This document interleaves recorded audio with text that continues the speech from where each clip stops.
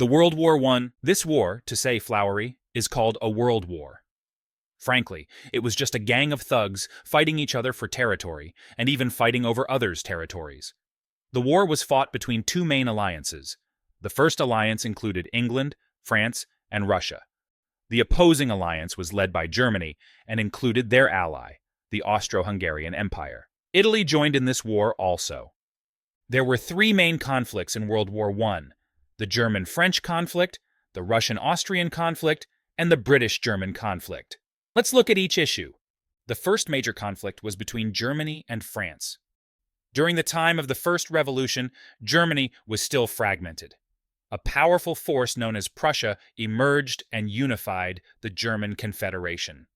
As Germany was on the verge of unification, France, considering itself the leader of Europe, objected. "How can you unify without my consent? Let me teach you a lesson." However, France lacked the strength to back up its threats and ended up being soundly defeated by Prussia, leading to France paying reparations. It serves him right? From then on, these two had a grudge.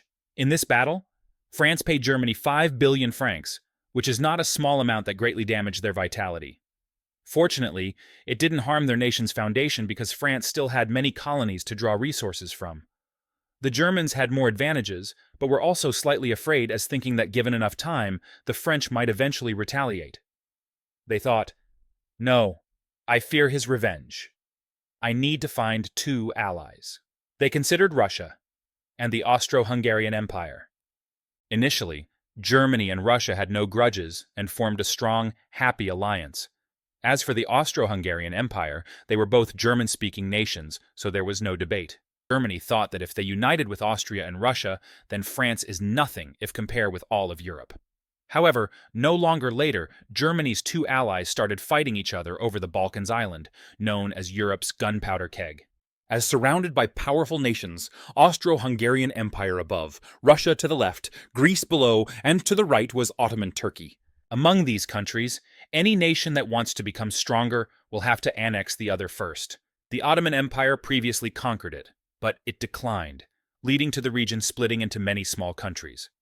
One of them, Bosnia and Herzegovina, were occupied by Austria-Hungary, which eyed other areas as well. This region mainly consisted of South Slavia, while Russia was East Slavia. It is true that both belong to Slavs, then Russia considers itself to be the dominant force among the Slavs, claiming the territory as theirs and insisting on leadership. The conflict between Russia and Austria-Hungary was irreconcilable due to territorial disputes. Germany was forced to choose sides. It had no choice but to side with Austria-Hungary. First, they were closer, because both were German-speaking countries. Another reason was that Austria-Hungary was right behind Germany. If Germany turned against Austria-Hungary, it would be disastrous, like having a monkey's backside exposed, just waiting to be stabbed. So Germany had to kick Russia out. Russia saw that Germany and Austria-Hungary were getting close, following the principle that the enemy of my enemy is my friend. Russia secretly aligned with France. They signed an agreement stating that if Germany attacked, both of them would act together. As mentioned earlier, France lost 5 billion francs to Germany. This was not a small amount. With this money, Germany rose unexpectedly. It led the Second Industrial Revolution, and the greatest beneficiaries of this revolution were Germany and the United States. If your industry is good and your economy is strong, you need more resources and more markets to sell your products. What should you do next? You need to find a colony. Germany was not like the United States because the US itself was vast, with over 9 million square kilometers, plus relatively common territories in South America that belonged to the US. You see, Germany wasn't a large place, so it had to constantly seek new markets. By the time they went out to seek colonies, it was too late. Almost all locations in the world were already occupied. The greatest benefits from the First Industrial Revolution went to Britain, France, and Russia. They boasted about their colonial holdings, with Britain being called itself the empire on which the sun never sets, covering more than 33 million square kilometers. France had 18 million, Russia had over 20 million, and the Qing dynasty, the last of the imperial dynasties of China, had over 10 million, and the United States had over 900,000. There wasn't much left after that. Germany at that time was still busy with civil war and missed out on the fresh opportunity. So they had to get from these imperialists. Consequently, their conflicts grew more entrenched and exacerbated. Especially Britain, with many colonies, surely had more frictions. When the war began, the strongest was Britain. In the British mind, there were two untouchable things. One was money, which meant colonial interests. If you touched my colony, you would die. There are no absolute friends or enemies, only eternal interests. But the issue of colonies wasn't the biggest, because Britain not only had frictions with Germany but also with Russia and France. The second point that the British cared about was the navy. Because Britain is an island nation, it had to have the strongest navy in the world. Only in this way could it feel safe and secure its position as the boss. This country's policy was called splendid isolation, meaning isolation from the European continent. The more chaotic the European continent, the better. Its policy was always to collude with the underlings and defeat the boss. Initially, Napoleon was very powerful. He helped Russia deal with France. Later, with Russia's rise, he started dealing with Russia. Later, when the Franco-Prussian War began, the British were overjoyed. Oh, great. The more chaotic this gets, the more stable my position as the boss will be. As a result, after this second industrial revolution, the British were no longer laughing. Germany had become the world's #1 attacking power. Germany said, "The British own the seas, the French own the land, but they also laugh at us Germans, who can only own the sky in our dreams. We also want land under the sun. I want to build the strongest army and the strongest navy in the world." When the British heard this, What the hell? You want to build the strongest navy, so where does that leave me? The French and the Russians just wanted some money to compete for colonies with me. But what about you? You not only want my money, but you also want my life. I have to deal with you. the old strategy remains: unite with the underlings to defeat the boss. Britain started learning from France how to deal with Germany. But the contradiction between Britain and France was not small. The war happened twice within only 100 years. The French hated the British in their hearts. The British had to make great efforts to ease their conflict. In China, there is a phrase called self-humiliation without face, meaning to submit unconditionally, even when insulted. The British Prime Minister went to France to ease relations. While patrolling in a car, a Frenchman spat on his face. He just smiled at everyone. He didn't bother to wipe it off, just waited for the spittle to dry on its own. Do you think anyone would want to spit in his face again? His action immediately spread across France. He directly convinced the people that this British Prime Minister was great. Let's be good friends. The contradiction will be resolved. It was 1904, and by 1907, when the French saw it, they realized it was nice to work with him. Let's build a good relationship. Britain, France, and Russia, let's go together. For a long time, I have seen the Germans as dishonest. If they dare to move, we will deal with them together. From this point on, the people of the Allied countries were all formally united. Look at the Allies. They are discussing everything together. Currently, there are only 2 countries, and we need one more. At this time, Italy had just unified. They thought their combat capability was probably very good. The alliance brought their ideas and plans to Italy. Actually, Italy didn't quite understand the situation.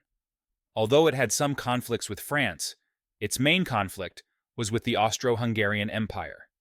Italy wanted Austro-Hungarian territory, so they were coaxed into believing that they would get everything they wanted after a victory. At this point, all the parties involved were formally aligned. The flashpoint of the conflict was the Sarajevo incident. This incident occurred on the Balkan Peninsula. This area was dominated by the South Slavia. After the division, the Serbians gradually became the leaders of the South Slavia. They just wanted to unite, build a strong country, and save themselves from blind rule. Sarajevo was the capital of Bosnia and Herzegovina. Bosnia and Herzegovina was also a part of the country they wanted to unite. But Bosnia and Herzegovina had long been occupied by the Austro-Hungarian Empire. Don't even mention Bosnia and Herzegovina. Austria-Hungary even wanted to annex Serbia. Could Austria-Hungary possibly return Bosnia and Herzegovina to them? Therefore, their conflicts became more and more serious. Moreover, the Austro-Hungarian Empire, relying on its own strength, did not think much of Serbia. A small country still dared to flaunt its military prowess? They specifically chose June 28th as the day to send someone to Bosnia and Herzegovina to rectify the situation. About June 28th, it is the day when Sarajevo was ruled by Turkey, a day of national humiliation. The Austro-Hungarian Empire sent Crown Prince Ferdinand, who being the successor of the Austro-Hungarian Empire, to parade with the Chief of Staff.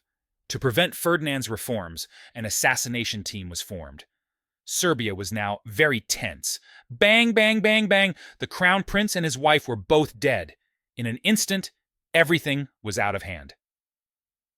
The Austro-Hungarian Empire initially wanted to use this opportunity to resolve old grudges together, then had meeting with the German leadership. They discussed and decided to take immediate action. The Germans had long wanted to go to war, believing that they needed to rise and eventually assert their dominance. Sooner or later, this had to happen.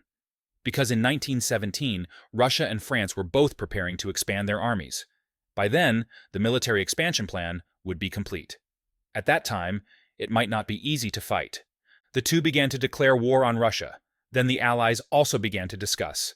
France and Russia were preparing to expand their armies. They didn't want to fight. They wanted to retreat. But the British wanted to fight. Look, Germany is developing too fast now. None of us can defeat him. If it continues like this for a few more years, we might not be able to handle it. Started fighting if you can. Do it. The Sarajevo incident happened in 1914. In 1913, there was a field marshal in Germany named Stephen. He planned the military operations. It was called the Stephen Project, an early blitzkrieg prototype. He said that if we strike, we will surely be attacked from both sides. However, on the Russian side, their frontline operations were too long. Their transportation capacity was poor. Preparing the army and getting to the front line would take at least 3 months. We had a total of 81 divisions, stationed 9 divisions on the German-Russian border, primarily for defense. The remaining forces were focused on attacking France, trying to capture France within 3 months. But we need a strategy for this issue. The French were not stupid. They must have deployed heavy troops at the border. We also stationed 9 divisions there. It's better to attack Belgium with a strong army. Belgium is between France and Germany and is a neutral country. Because it is neutral, France did not guard against Belgium. They planned to use Belgium as a route to swiftly advance into northern France. The plan seemed seamless, but plans cannot keep up with changes. Stephen completed the plan in the first year, but failed in the second year. His successor was Helmuth Johannes Ludwig von Moltke. The initial plan was to attack the right flank of Belgium with 63 divisions, but he didn't have enough courage. He feared that after attacking, the supply line at the rear couldn't keep up. He would lose another 9 divisions. At the border between France and Germany, the strength of the right flank decreased again. What about the second incident?